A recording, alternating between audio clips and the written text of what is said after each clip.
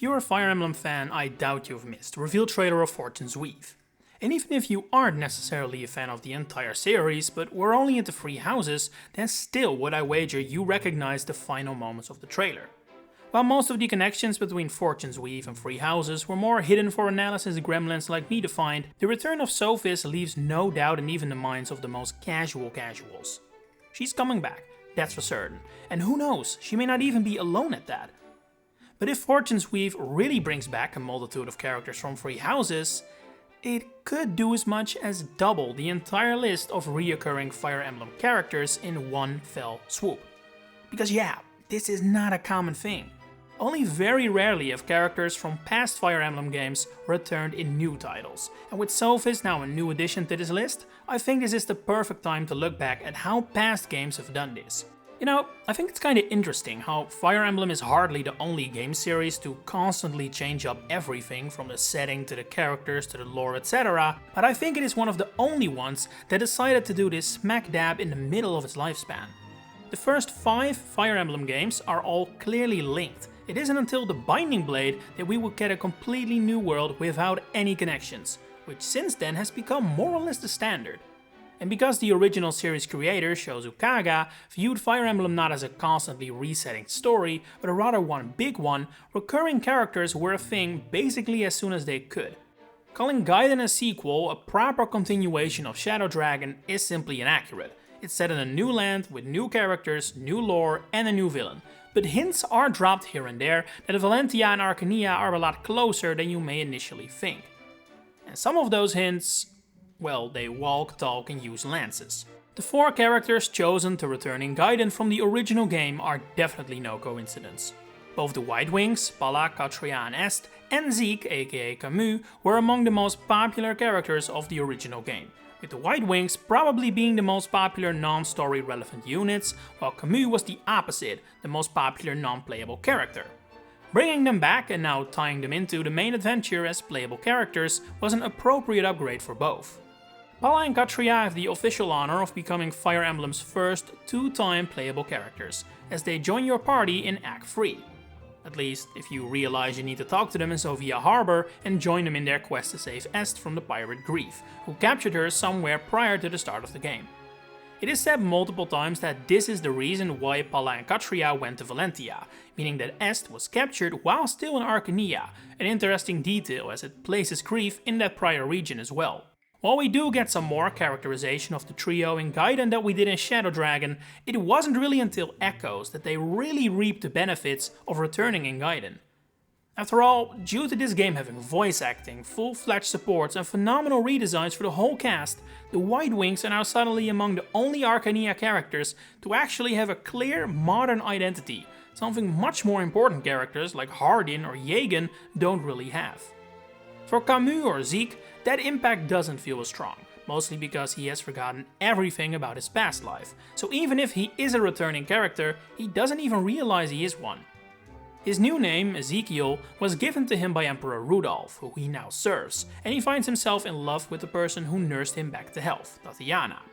It makes Zeke a very interesting and unique returning character, the only one that may be a walking reference, but doesn't actually reference anything himself. As far as Zeke is concerned, there is no Camus. That is something purely for the player to deduce and realize through his design or his characteristics as a unit, for example. And this is even upheld in Echoes, whereas that isn't the case for the Whitewings. Plenty of their supports talk about home and their life there. As the story continues, we learn Zeke has found happiness with Tatiana, who you must have saved in order to learn all this in the first place, but truly cannot remember anything about his old life until the ending. In his only Gaiden ending, Zeke suddenly remembers who he is and hides it from Tatiana, but more importantly for this video, even here the truth of who he is and where he comes from isn't stated. That's all meant for you to discern yourself. Whereas the Whitewings make it plainly obvious. After the game they head straight back to Arcania, no pit stops. As for Zeke, it isn't even stated that he returns to Arcania, which is very noteworthy because a few years later, Mystery of the Emblem would release a direct follow-up where under the guise of Sirius, Zeke appears again. It suggests that at the time of Gaiden's release, Kaga perhaps didn't have plans to return to Arcania, and even if he did have them, Zeke wasn't in them.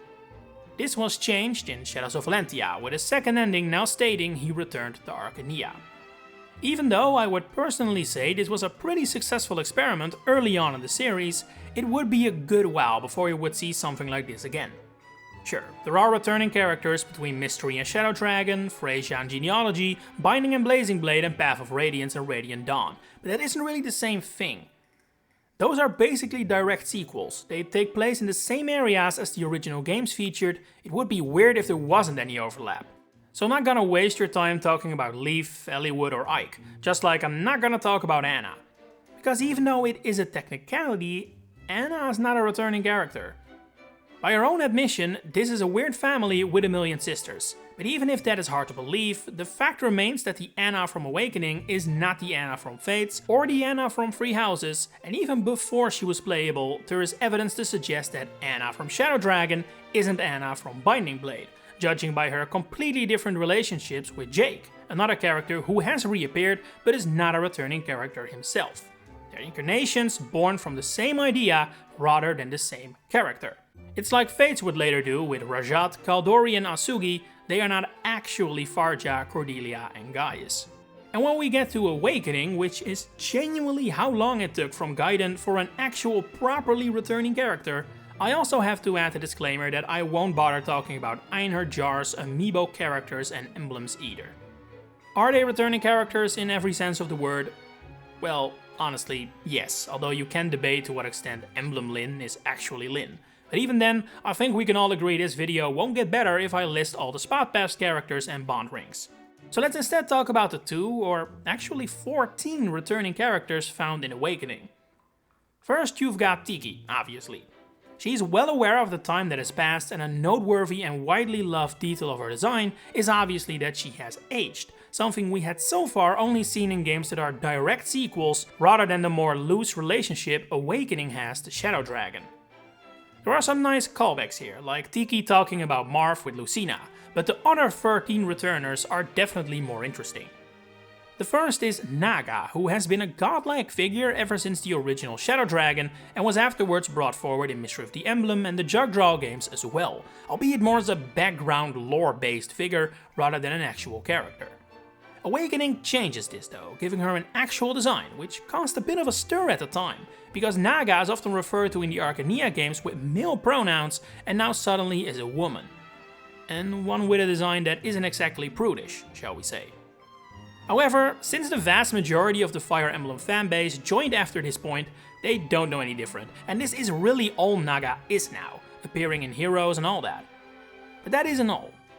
Also technically returning are Moose, Bovis, Tigris, Lepus, Draco, Anguilla, Ecus, Ovis, Simia, Gullus, Canis and Porcus, known together as the Dead Lords. This group consists of undead warriors, first appearing in Genealogy of the Holy War, summoned by Julius to fight alongside him in the final battle, before 6 of them then make a more prominent showing in Freyja, once again being fought as undead commanders essentially. Calling them characters is maybe a bit of a stretch, they're certainly no Tiki, but they are all named in Awakening at least, when they return in the chapter An Ill Presage. This time it's Aversa's turn to resurrect them and have them help out with fighting the good guys. And it's very clear these are 100% supposed to be the same Dead Lords as especially the ones seen in Freyja. If you ask me, this is a super cool throwback, arguably the coolest of all. We can all bring back fan favorite characters like Tiki or Camus, but bringing back some long forgotten enemies that were barely even characters, that's true dedication, a real tribute. I.e. the polar opposite of what happened in Fates. There is literal, factual proof that the reason Fates brings characters from Awakening back is nothing short of popularity and hype. During the Awakening days, IS held a poll for which characters were the most popular, male and female. Choose your legend style, basically. The 4 winners back then were Crom and Gaius for the men, and Cordelia and Farja for the women. They received special CGs in Awakening, and on the surface, that was it. But it's definitely no coincidence that when Fates ended up releasing a few years later, suddenly 3 of that game's kids were, well, basically just Gaius, Cordelia and Farja reincarnated. But that wasn't all. In the same poll, IS also asked people for their favorite Awakening kids, and that poll ended up with the top 3 of Inigo, Owain and Severa. Or should I say, Lazlow, Odin, and Selena. That's it. That's the only reason why these characters are here. No creative decision, no cool lore why they're back, just fan service. Arguably the worst kind. Completely unignorable, yet also kinda nonsensical and very impactful, seeing as new characters like Xander and Leo are partly defined by their relationship to these fanservice characters. The base game doesn't even try to explain how this is even possible, although it does already establish that these three are aware of their origins, they haven't been Zeked. A few months after the game was released, the DLC Hidden Truths would go deeper into how these characters came from Elise to wherever the hell Fates is said, trying to explain what happened here. And did it succeed? I mean, it is an explanation. I wouldn't say it's a good one per se. I can't be alone in thinking the whole there are two Anankoses is complicating things for no good reason, and in the context of fanservice, it would have probably worked better if the motivations and story here were tied directly to Inigo, Owain and Severa rather than have them fill a role that plenty of other characters could potentially fill as well. Not to mention that in Birthright, the trio completely fail at their now established goal and they're your enemy.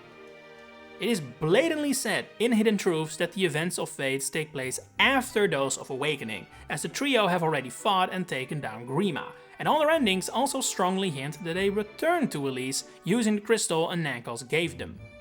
Which is all fine and dandy of course, but also feels a little odd when you remember this game also has an Outrealms chapter where Corrin and their army, potentially including this trio, barge into the start of Awakening, the moment Crom, Lissa and Frederick find Robin. This is like next level returning characters. It is actively changing the story of a past game in the next one. I mean, there's nothing to contradict that right before finding Robin, Crom canonically meets Corrin, crazy as that is to think about. But that's actually not even the strangest thing here, I would argue. The real kicker is that Crom says he has heard about Nor and Hoshido and that they are famous legends in his world. Maybe he knows what the continent is called then. But it also leaves you to wonder, where the hell do Inigo, Severa and Owain think they are? Do they think they have been transported into a fictional world? Some sort of storybook? I mean, Before Awakening precedes Hidden Truths in release and presumably development schedule, so they could have factored this in when writing the latter. But plot holes and inconsistent writing? In my Fire Emblem Fates? Surely not. Anyway, as you may be able to tell, Fire Emblem has had a bit of a strange history when it comes to returning characters. The majority of them are popular, recognizable faces, which Sothis, to bring this back to Fortune's Weave, obviously also is. But even within that group, quality may vary. Gaiden or Echoes manage returning characters very well, I think, giving them a clear, sensible new purpose and life in this new setting. Awakening, Tiki in particular, is what I would call the neutral route. Yeah, she works, but she's also not super impactful or important. She barely has supports with the main cast, can't have kids, and isn't really that story relevant, obtained in a paralog of all places. The redesign is cool, but that's about it. And then you have Fates, which also makes popularity the reason to return and really struggles to justify it, something I don't think we have to worry about with Fortune's Weave for now. But hey, if it is set in the far future or past, the option of time-traveling house leaders is still available. That said, I hope to see more Deathlords here, more Nagas, characters that are only implied to exist or play a minor role in Free Houses and are now brought forward. It's hard to say what this could look like without knowing if this game is set in the past or future, but it would be very fitting of what Free Houses built. Great lore, great world building, tap into that for fanservice and callbacks, don't just throw Lysithea and Felix in a portal. But how would you like to see Fortune's Weave tie into Free Houses and reference its characters? And what do you think of returning characters in Fire Emblem in general? Share it in the comments below. If you enjoyed this video, please consider giving it a like and subscribe to the channel to stay updated on all my future Fire Emblem content coming up. For now, thanks for watching and enjoy the rest of your day.